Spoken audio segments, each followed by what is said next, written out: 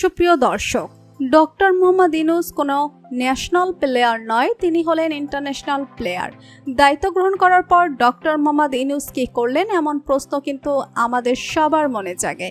বিগত ৮ মাসের মধ্যে আমরা বাংলাদেশে ২০০টিরও বেশি আন্দোলন দেখেছি, যার কারণে আমরা সবাই মনে করেছি দেশের মধ্যে কিছু হচ্ছে না। ডক্টর মোহাম্মদ ইউনূস যখন অন্তর্বর্তীকালীন সরকারের দায়িত্ব গ্রহণ করেছিল, তখন দেশের অবস্থা অনেক খারাপ ছিল। দেশের মধ্যে কোনো নিরাপত্তা ব্যবস্থা ছিল না, অর্থনৈতিক অবস্থা ছিল অনেক খারাপ।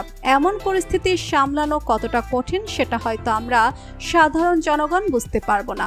চলুন আজকের ভিডিও থেকে আমরা জেনে আসি এই ৮ মাসের ডক্টর মোহাম্মদ ইউনূস দেশের জন্য কি করেছেন। দায়িত্ব গ্রহণ করার পর ডক্টর মোহাম্মদ ইউনূস একটি বিশাল পরিমাণে ঋণ পরিশোধ করেছে। গত ৮ মাসে ডক্টর মোহাম্মদ ইউনূস দেশি বিদেশি প্রায় ৬৩,০০০ কোটি টাকার ঋণ পরিশোধ করেছেন। এছাড়াও দেশের রেমিটেন্সের প্রবাহ অনেক বেড়েছে। সরকার আসার পর বাংলাদেশের রেমিটেন্সের পরিমাণ বেড়েছে 18.49 বিলিয়ন ডলার এবং টোটাল রিজার্ভ হচ্ছে 25 বিলিয়ন ডলার। গত বছরের তুলনায় এবছর 4 বিলিয়ন ডলার বা 50,000 কোটি টাকার রেমিটেন্স বেশি এসেছে। ডক্টর মোহাম্মদ ইউনূসের আরও একটি সাফল্য হচ্ছে বাজারে খাদ্যদ্রব্যের মূল্য নিয়ন্ত্রণ করা। গত বছর আমরা প্রায় সবাই দেখেছি বাজারে খাদ্যদ্রব্যের মূল্য কতটা বেশি ছিল। পেঁয়াজের দাম ছিল 200 থেকে 250 টাকা কেজি, আর বর্তমানে আমরা সেই পেঁয়াজ খাচ্ছি 40 থেকে 50 টাকা কেজিতে।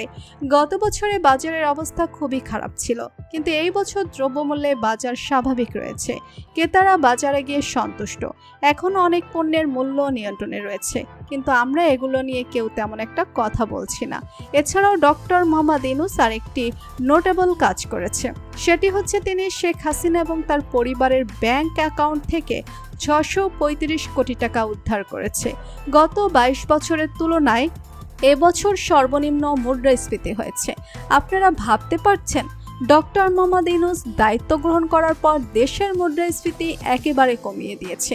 এছাড়াও তিনি নির্দেশ দিয়েছেন ধর্ষণের মতো ঘৃণিত অপরাধের তদন্ত মাত্র 15 দিনের মধ্যে করতে হবে, আর এর বিচার 90 দিনের মধ্যে শেষ করতে হবে। আর এটি হচ্ছে ডক্টর মোহাম্মদ ইউনূসের একটি সাফল্য। তো বন্ধুরা, বর্তমান অন্তর্বর্তীকালীন সরকারের প্রধান উপদেষ্টা ডক্টর মোহাম্মদ ইউনূসকে আপনার কেমন লাগে জানিয়ে দিন কমেন্ট করে।